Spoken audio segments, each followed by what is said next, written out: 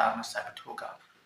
سودا کا اصل نام مرزا محمد رفیع تخلص سودا، پیدائش 1712 دہلی میں ہوئی، وفات 1781 کو لکھنؤ میں ہوئی۔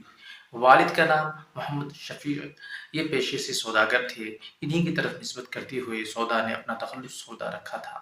سودا کو ترکی، عربی، فارسی اور اردو زبان و ادب پر مہارت حاصل تھی۔ سودا کے شاعری کے استاد خان آرزو اور حاتم ہیں۔ سودا کے شاگرد قائم چاند پوری ہیں۔ سودا کی ادبی چشمک میر تقی میر، مرزا مظہر جانے جانا، میر ضاحک وغیرہ سے تھی۔ سودا شجاع الدولہ کے زمانے میں دہلی سے فیض آباد آئے تھے اور آصف الدولہ کے زمانے میں فیض آباد سے لکھنؤ آئے تھے۔ سودا کی مطبوعہ قصائد کی تعداد تقریباً 43 یعنی 43 ہے۔ کچھ لوگ 49 بھی کہتے ہیں، لیکن 43 یعنی 43